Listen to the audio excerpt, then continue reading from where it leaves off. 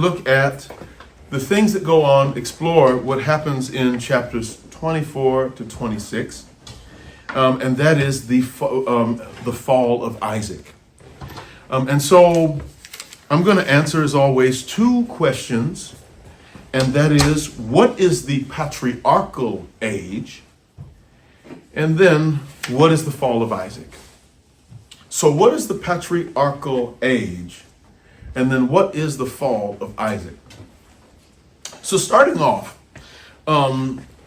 as you know, Judaism, Christianity, and Islam are all called Abrahamic religions. And the reason for this is because we all agree on, one reason, we all agree on the patriarchs of Israel. In Hebrew, the name for these patriarchs, these men, their men, is avot. And that just means fathers. So the patriarchs are the fathers of Israel, like the founding fathers of America, the founding fathers of Israel. And the time that they live, thus it's called the patriarchal age. This age, from what we can tell, it's 300 years, from 2100 to 1800 BC. And it begins with Abraham and is called in Chaldea. Remember, at this point, there's no such thing as a Jewish people. There's no Hebrew people. At this point, when Abraham's called, he's not Jewish. He's a Chaldean. And he's a pagan, he's a Chaldean, and he's in the city of Ur. And so the patriarchal age, it's interesting, it begins in Ur of the Chaldees, when Abraham gets called by this mysterious one true God. And then the patriarchal age ends with Jacob in Egypt. So it ends with the call of Abraham in Chaldea, in Ur of the Chaldees, and ends with the death of Jacob in Egypt. The patriarchal age, it's interesting because it begins and it ends in cities. First, it begins in the city of Ur, the Chaldees, and then it most likely ends. Joseph was living in a place called Avaris, because the Bible says he's in the land of Goshen. Avaris is in the north of Egypt, along the Nile. And so chances are, Goshen is in the north of Egypt. So chances are he's living in Avaris. So the patriarchal age, 300 years, it begins in Ur of the Chaldees, and it ends in Avaris in Egypt. And Avaris is the city of Ramesses. And so that's why some Christians think that when the Jews are enslaved, they say, well, the king was Ramesses at the time, when they are captives in Egypt. But it's just not, we don't know. There are, is it Amenhotep? Is it this guy? We don't know. But most likely, where we get this from is Avaris. It's the city of Ramesses, and so this is probably where Jacob was living. Between Abraham and Jacob, there's Isaac, the third patriarch. And he, as you know, is the promised heir of Abraham. So the patriarchs, or the three avot, are Abraham, Isaac, and Jacob. And their wives, this is interesting, their wives are called the matriarchs. And there are 4 matriarchs instead of 3. You have 3 patriarchs, and these are the wives, the matriarchs of their wives, but there are 4 instead of 3. And there's a reason for this. The first, of course, is Sarah, the wife of Abraham. The second is Rebekah, the wife of Isaac. And the last is Rachel and Leah, the wives of Jacob, whose sons become the fathers of the 12 tribes of Israel. In the end, the patriarchal age is more than just these men. It's more than just their lives. It's also women, or the female ancestors, the mothers of Israel.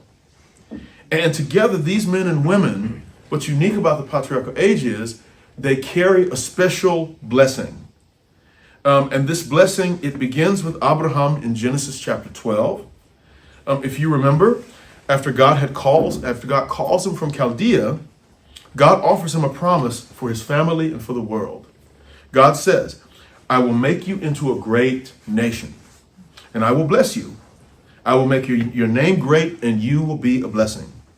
I will bless those who bless you, and whoever curses you, I will curse, and all peoples on earth will be a blessing through you. And then it's kind of like God's a broken record after this. God keeps repeating it.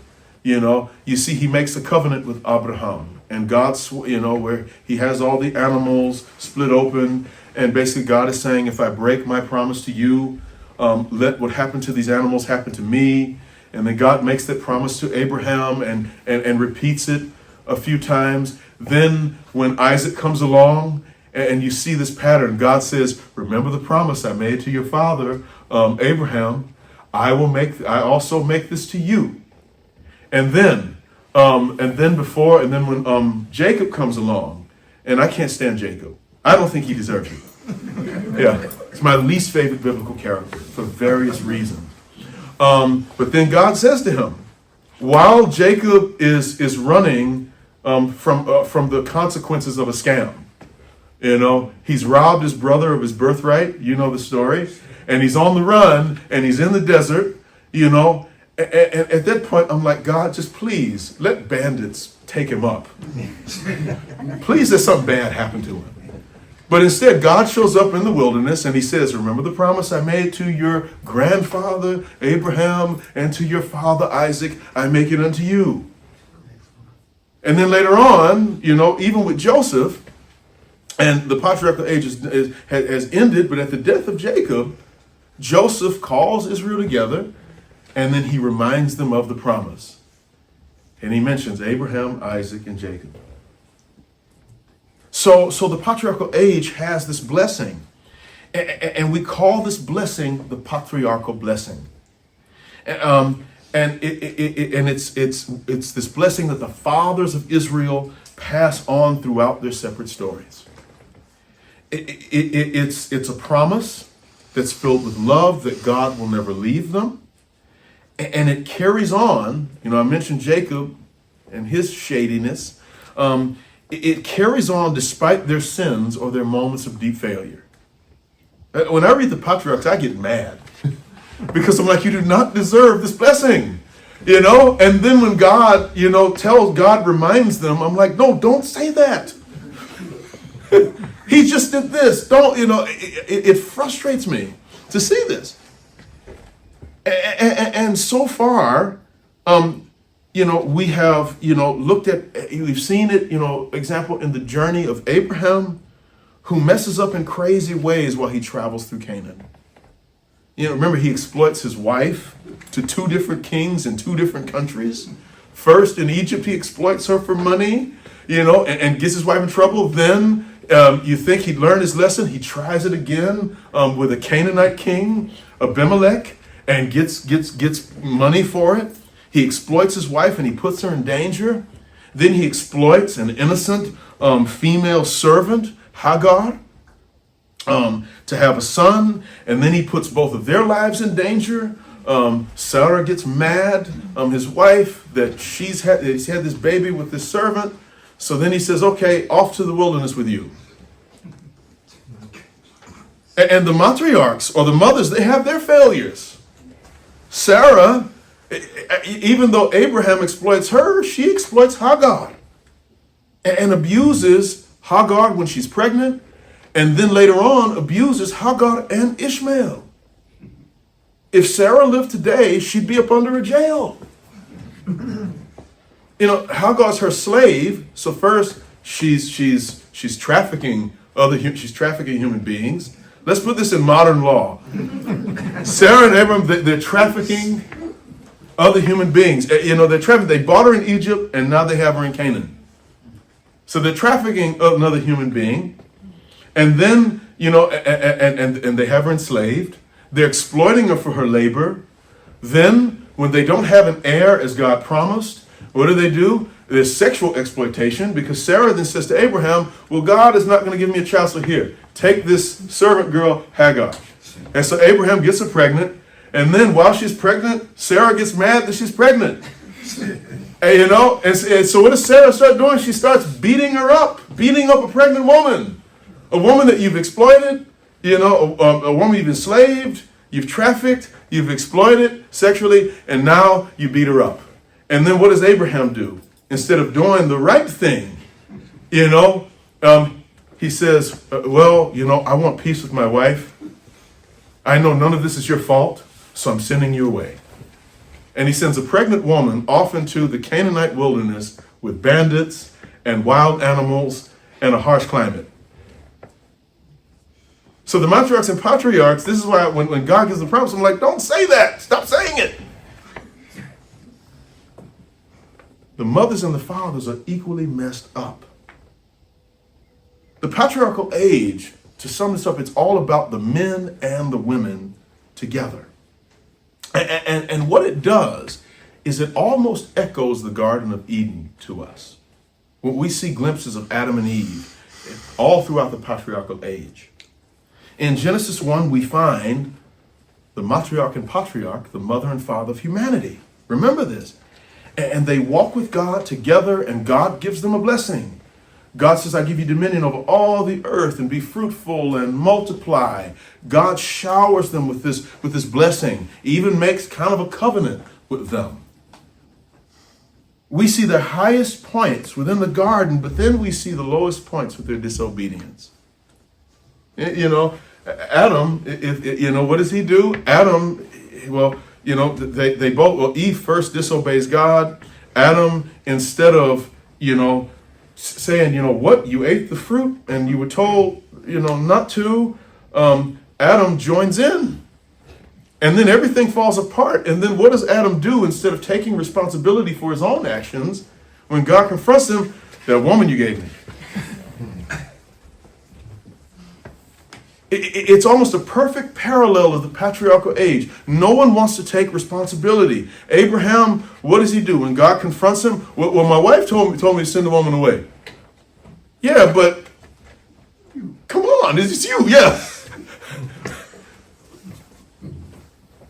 We also see a call or a promise in the story of Adam and Eve that they have together. Again, it's this blessing to have dominion over the earth and thrive while raising children. And even when they fall, and I get frustrated with Adam and Eve, and they have to leave the garden, the call and the promise still remain.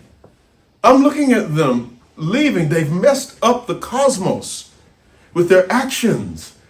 And then they leave, and here's the crazy part. Even though they leave the garden, God doesn't leave them. God doesn't take his blessing away from them. They still have dominion. They still thrive while raising children. And again, God walks with them and doesn't go away.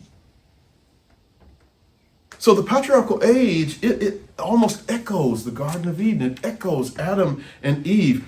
And it shows that God is still the same as he was in the garden. This is the thing. Whenever I read the text about the patriarchs and I get mad, I'm like, God, don't do this. Stop it. Then something in me says, but God hasn't changed. Why are you surprised? He's done this from the beginning. He's given people a promise they don't deserve, and he's remained with them. We call that grace. And as amazing as grace is infuriating. And yet God freely gives it. So again, we see this. And so the patriarchal age, it echoes Adam and Eve. And it shows a God who never changes. God's been, like I said, like a broken record. He's been doing the same thing all the way back to the beginning. And this means that the matriarchs and the patriarchs are not as radical as we think. We try to say, well, it's Abraham, Isaac, and Jacob. But they're actually not that special. Because God, they make the same mistakes as in the beginning, and God does the same thing for them as he does with Adam and Eve. They're actually not that special. And the reason for that is because it's meant to show you how special the God that walks with them is. We venerate these people. But really the point of the story is to venerate the God that's walking with them. So we notice this in their story as well. When things get out of control, we notice this throughout Genesis. When things get out of control, God brings them back in control. And he does it once again in the patriarchal age. Remember we talked about this. There's this pattern from Genesis 1. Things get out of control, or people get things out of control. God then brings things back in control, and then people make things out of control again, and it just repeats itself. Out of control, in control, out of control, in control, out of control, in control. The same with the patriarchs. The same thing. Yet God calls these men and women to reverse the great unraveling. God doesn't call some mighty, benevolent hero or perfect people. And this is, God, and this is kind of almost the foolishness of the story. If we were in God's place, we'd find someone worthy. We wouldn't find shady people like Abraham, Isaac, and Jacob. We wouldn't find messed up people. If we were in God's place, I think, and Adam and Eve messed up, we would treat them like a bad batch of cookies. We'd be like, okay, bye-bye, and start over. The logical thing is for God to start over, and he doesn't. And he continues this. And I hate to be the bearer of bad news. If you're as frustrated as I am when you read these stories, it goes all the way to Revelation. God is like this. He uses messed up men and women to reverse the great unraveling. But like other stories, again, after these men and women start off good, they always end up failing badly. And so that brings us to the fall of Isaac. So what is the fall of Isaac? Well, after Abraham's test from God that we looked at last week, Sarah dies in chapter 23. And she's buried in the land of Canaan. So he doesn't take her back home to Ur. Remember, God says you will never return home. Even dead, you will not return home. Dead, alive and dead, you're staying in Canaan. So he buries her in Canaan. And we overlook that part, but that's very significant where you bury someone in most cultures. By him burying Sarah in Canaan, and making his family tomb there, it shows his faithfulness. It's an act of faithfulness. By burying her there, he's saying, it really is, it's not to be morbid, but it's the nail in the coffin for the promise of God. He says, okay, this is it. I've laid roots here. My family tomb is here. I'm not going back to Ur. And then after this, Abraham decides to, as my mother-in-law would say, give with warm hands. Warme handen. And in chapter 24, he passes on his wealth and the blessing to Isaac. First, he tells Isaac, he says, before I give you anything, you need to get married. Take a wife, but not from these Canaanite women. So he says, so here's what I want you to do, Isaac. He says, I want you to go back to Chaldea. Go back to my homeland and find a wife there. And the reason for this is Canaanite women, remember how the Canaanites were. The Canaanites had this practice where with your firstborn child, especially if it was a son, you would sacrifice it in hopes for more children. So Abraham says, I don't want some crazy daughter-in-law killing, it took me all of this for me to get an heir. And so, look at all that we went through to get you here. And so I don't want to jeopardize that. So I don't want to take a risk. So go back to Chaldea and marry a woman that's not going to kill your babies. And so he goes back and he finds Rebecca, Abraham's niece, the daughter of his brother. And with marriage to her, Isaac finds comfort and happiness after his mother's death. What I love about Genesis is it shows the humanity, and the Bible in general shows the humanity of these people. Sarah dies, and it actually shows Isaac in grief. Isaac is grieving, And then Abraham knows that he's probably going to die soon. So he gives with warm hands, but then he also says to Isaac, you need to get married because, he's deeply grieving his mother. And so Abraham, you see, this is the beautiful thing. You all see the beauty of humanity. You see a loving father heart. He wants his son to have some happiness because mama's gone. And so he marries Rebekah and he finds happiness and comfort. Well, at some point, Abraham, he also finds some happiness and comfort.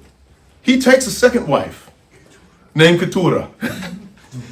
And despite having 6 sons with her, he has 6 sons with Keturah, and they become different people groups. He keeps things fair with Isaac. So him giving with warm hands, it's an honorable act. He gives the stuff to Isaac, and then he gets remarried. And so the wife can't come along and say, well, we have sons, and Isaac has to go. No, Isaac already has the money. He gives all his wealth and all the lands he owns, and then at 175, he passes away and is buried next to Sarah. So he has a very good ending. It seems that Isaac's parents have set him up pretty well. But not too long after this, he and Rebekah repeat their old mistakes. First, Rebekah, she has 2 sons. And what does she do? She starts to play favorites. And she plays favorites in a funny way. In the ancient world, and even in cultures today, mine especially, the older son is the favorite, because that's the heir. But she favors the younger son. And the reason she plays favorites is she gets this promise from God that the blessing is going to go to Jacob, the younger son. And so instead of trusting the Lord, she plays out of the book of Sarah, her deceased mother-in-law. Sarah tried to help God by giving Hagar to Abraham to produce an heir. And so Rebekah gets the dumb idea that she's going to help God. And so what does she do? And she's a terrible mother. She disenfranchises her oldest son. She robs her oldest boy of his blessing to give to Jacob, the younger one, the favorite. Like Sarah, she helps God, but she tricks. She tells her, and then it's the other thing. They're pretty old at this time. If Rebekah lived today, we could accuse her of elder abuse. Isaac is blind, and he's quite old at this point.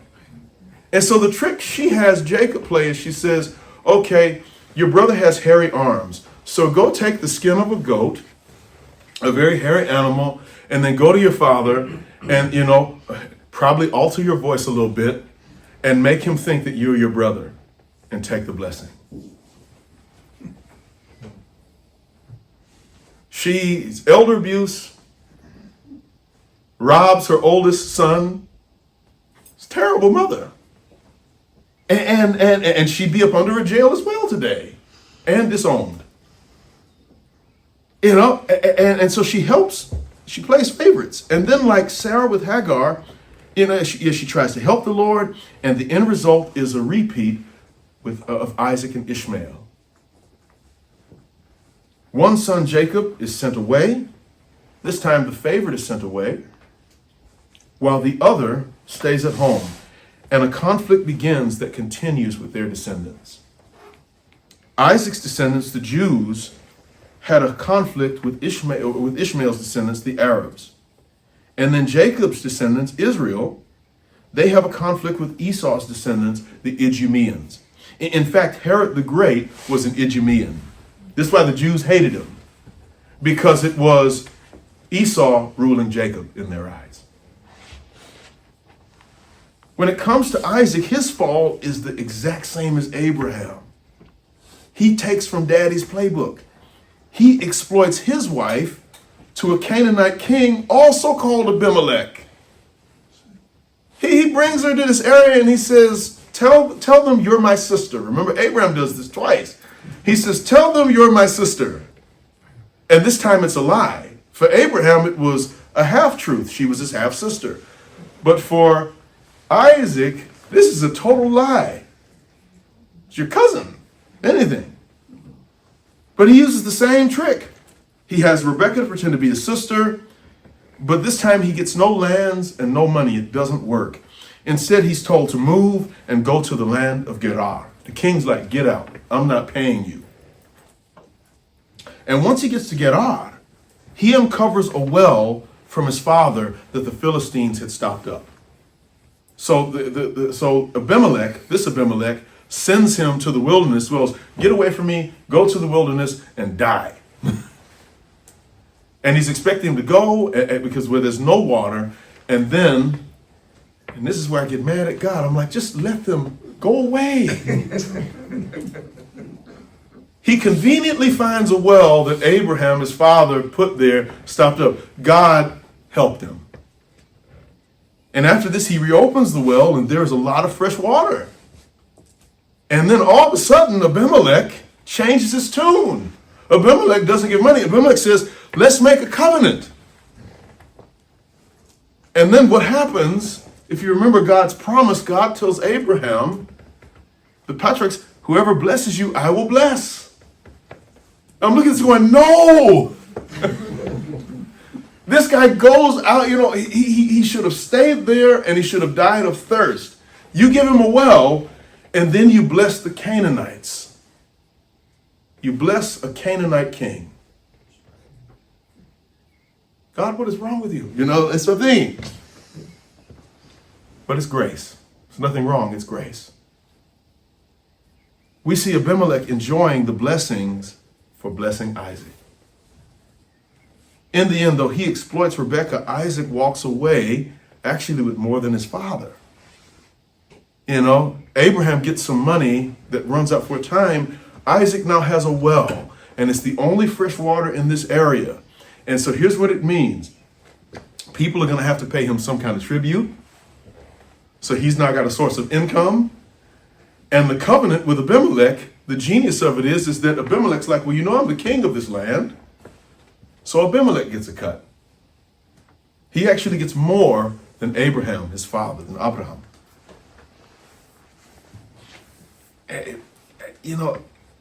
We see this. God remains true to his promise. As he was faithful to Abraham, he's faithful to Isaac, and he's also faithful, can I say this, to the creation that was affected by the fall. Again, despite how bad things get, the world and with the patriarchs, God does not say that he will take away his presence. He doesn't say this world is bad. This world is irredeemable. God doesn't start over. He still sees everything as good and remains with all of his promises. This was so for Adam, Eve, Noah, Abraham, Isaac, and Jacob. Amen. So are there any questions or comments? Sorry that I got animated today. Yeah. Questions, comments? Well, my first given name is Jacob, so you ruined my Sunday. Sorry. No, it's not the name. So Ian, my son, his godfather's middle name is Jacob. All right, okay. And he also, we just don't like the biblical character of Jacob. He doesn't like him either. Yeah. And you'll see why I don't like this character. Yeah. Sorry. Anyways, yes? Why isn't Moses one of the patriarchs? He's not, because he's not a founder of Israel. Israel gets founded with Jacob. So these are the fathers of Israel. So it's the fathers of Israel in one sense, because Abraham and Isaac are the fathers of Jacob. And remember, Jacob, after he wrestles with God, that is when they see Israel being born. Because God gives them a new name. It says, from now on you are Israel, which means to strive with God, to struggle with God. So you called the fall of Isaac, his deal with Abimelech about his wife. Is that his fall? Is that that would be the fall? Yeah. Okay. That I think that he's looking and And again, and it shows also, this is the other thing, you see God's love for the Canaanites in this. Because at this time, maybe it's the people of Chaldea, but even the ancient Israel picks this up. They're looking at these people as if they are the scum of the earth and less than. One people group, they give them a name that means those who lick blood, or dogs. And so Isaac is coming in probably thinking, well, these are stupid Canaanites. And look at what my father did, And so he's looking down on them. And he plays this trick and it backfires. And Abimelech's like, you're not going to look down on me. You're not going to fool me. Get out. Go to Gerar and die of thirst. He sends him there, to let nature take its course. And then God steps in. Yeah, sorry. Yeah.